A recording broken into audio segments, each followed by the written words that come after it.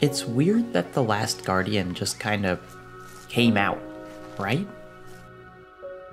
If nothing else, the sheer force of the developer's history is hard to beat. Team Ico had previously released 2 games. Ico, a quiet game with influence still being felt generations later, and Shadow of the Colossus, which did a lot. The game's lead, Fumito Ueda, has a level of recognition that vanishingly few game devs have. Of course, I've got his name tattooed on the inside of my eyelids, but that notwithstanding, he's still one of the very few granted access to the semi-mythical and maybe misleading title of gaming auteurs. He's a big honkin' deal, even for people who aren't me. But this wasn't just a follow-up. The Last Guardian started developing in 2007, was first unveiled in 2009, and didn't come out until 2016.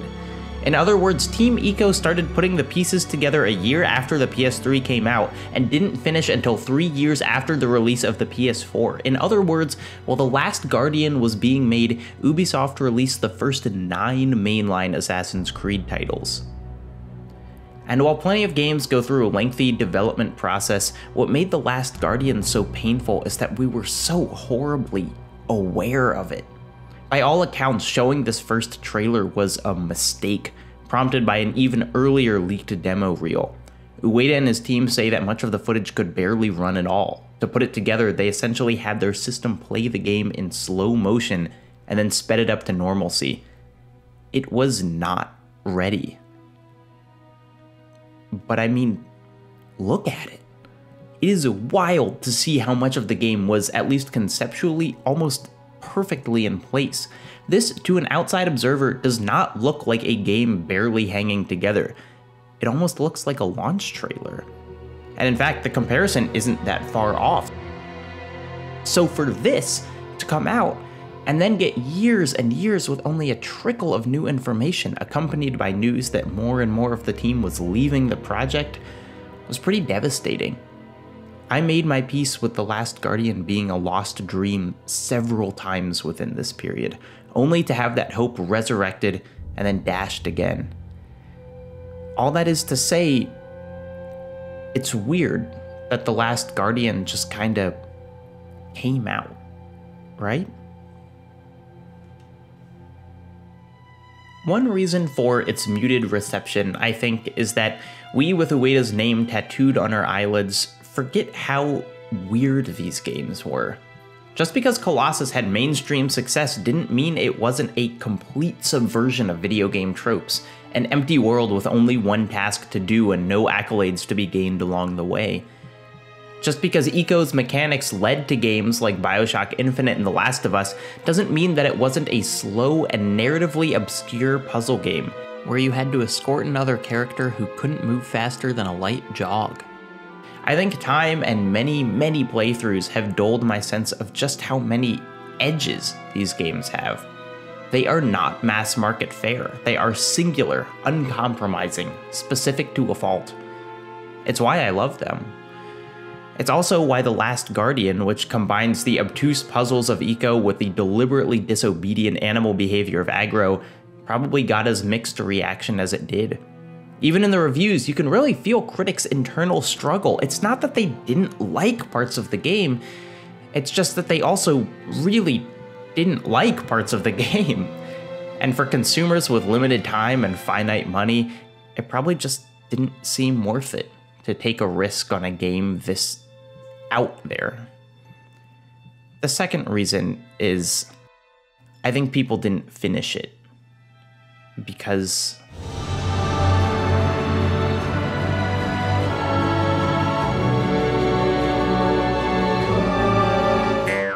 okay, look, I will be the first to admit that The Last Guardian is not capital F fun or capital E engaging the entire time. Trico is a lil punk sometimes. Running away from these guards can get pretty tiring, and tasks as simple as jumping from place to place can progress agonizingly slowly. You spend a long time just walking around these ruins, nothing much happening except you and this big furball attempting to get from point A to point B, and as anyone who's played the game or has ever had a pet knows, getting to point B is never as easy as it seems like it should be. Like, it's right It's right there. Trico, it's right. I get why people wouldn't stick with that, but I did, and towards the end of the game, things really pick up speed. For your entire run through, the goal has been the same. Get out of here, this desolate caldera, this beautiful no man's land. You are from the forest, and the forest is where you should return. Through attempts and failures, it becomes clear that the only place where you even might be able to pick up enough speed to fly on Trico's broken wings out of this hollow mountain is the tower, right in the center of it all. Impossibly tall, architecturally anachronistic.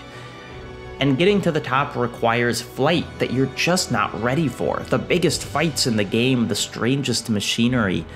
It means a confrontation with the Master of the Valley, an entity so entirely unlike anything else in the game that it retroactively calls into question the entire world you've been traversing. After so many hours of navigating vine-swallowed ruined cities, this cold white marble is alienating. But you still have Trico. At this point in the game, you really have Trico. The first hours of the game, it's hard enough to control your own gangly run. Much of the middle is that uneasy alliance where there is a lot of mutual dependency and probably a lot of affection, but not a huge amount of reliability. I mean, Trico does eat you. Can't really forget that. Hard to get over being eaten. But after the fights and the flights and the wounds, the climactic jumps and the last-second rescues, you and Trico truly have each other. And because you've gone so long with that unreliable cooperation, because the game has buried its intuitive control at the shrine of AI believability, it is immensely meaningful to be able to depend on Trico like you can at the end of this game. None of it was easy. You clawed your way into this strong of a bond.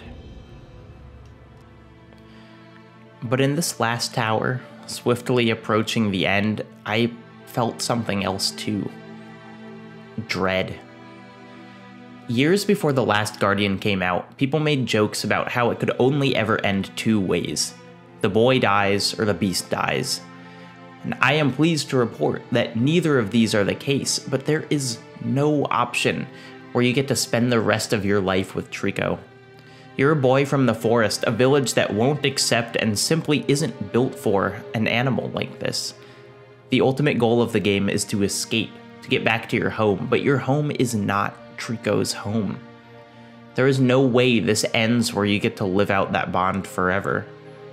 And I didn't know this when I first played it through. I didn't consciously know how the story ends, but there's just this sense that what you have here is fleeting. No matter how things wrap up, it will never be the same as this. So when you get to the top of this tower, when you've seemingly surmounted every obstacle and passed every test, and you're just left alone with Trico in the sunset and the wind, I just lose it, dude. There's this thing that Fumito Ueda almost never does. His games never let themselves get sentimental.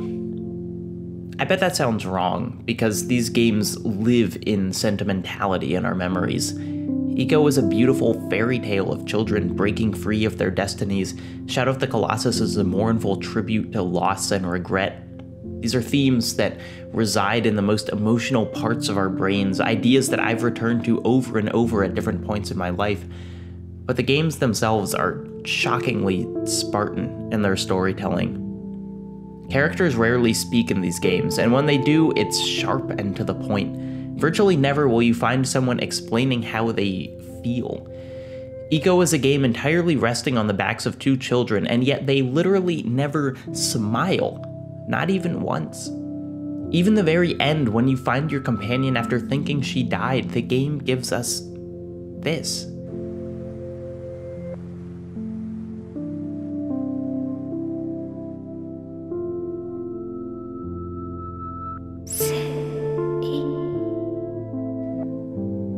Not even a word spoken to each other in relief.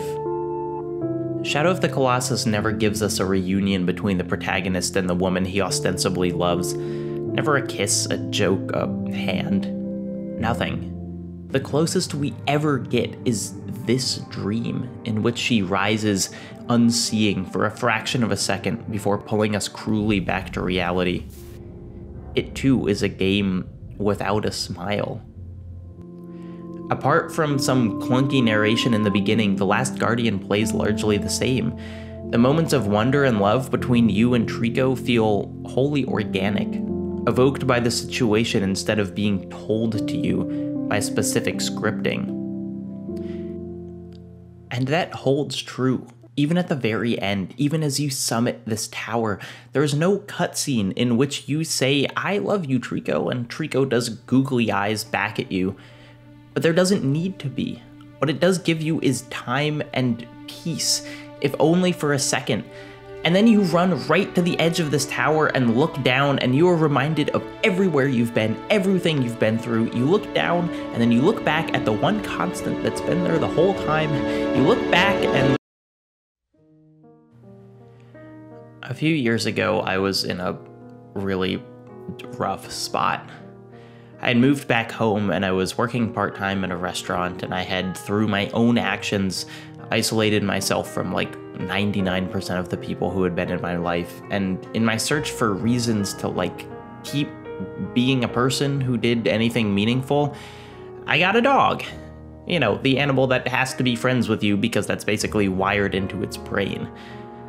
So I named her Tori. Actually, full name Toriel because we stan a goat mom, but Tori for short. And I mean, look at her. You have never seen such a ball of fluff and joy and companionship. As anyone who's ever had a puppy knows, they are a huge amount of work, and so I was up at all hours of the night, taking her outside, begging her to please just poop so we could go back to sleep, and falling deeply, deeply in love the whole time. But Tori had this issue, which was that she really liked food. She liked it so much. She liked it so much that she'd basically turn into another dog when she was around it and attack anyone who came near her. And there was this one time when I left a loaf of bread on a table, some bread, and then she saw the bread and she couldn't reach it, but she decided it was hers, and she started really guarding the table, and I took away the bread, but she still kept guarding the table, and then I put on some gloves to try and get her away from the table, and she bit through the gloves, and I took her to see this dog trainer to try and figure out what was going on, and the trainer told me that she'd only ever seen 2 other dogs with this level of aggression as a puppy, and both of them ended up being put down. This is the part of the story where I tell you that Tori is still alive, still fully alive, sleeping in my bed, licking up my crumbs, playing with her favorite toy, which is part of the gutter for some reason, and she's still around, and she doesn't guard food anymore because we just worked at it every day. We just worked every single day, and there wasn't a magic bullet, there wasn't a cure-all. We just clawed ourselves into this bond where she trusts me and I trust her, and neither of us bite each other when we take away bread. So when Ueda gives us these uncharacteristically sentimental moments, this fleeting minute of perfect companionship on top of the world with the sun burning a line on the horizon and the wind so strong it almost blows you backwards, it's just so beautiful, I can hardly take it. There is more game after this. There's a climactic battle, there's a tearful farewell, there's a hint at a reunion.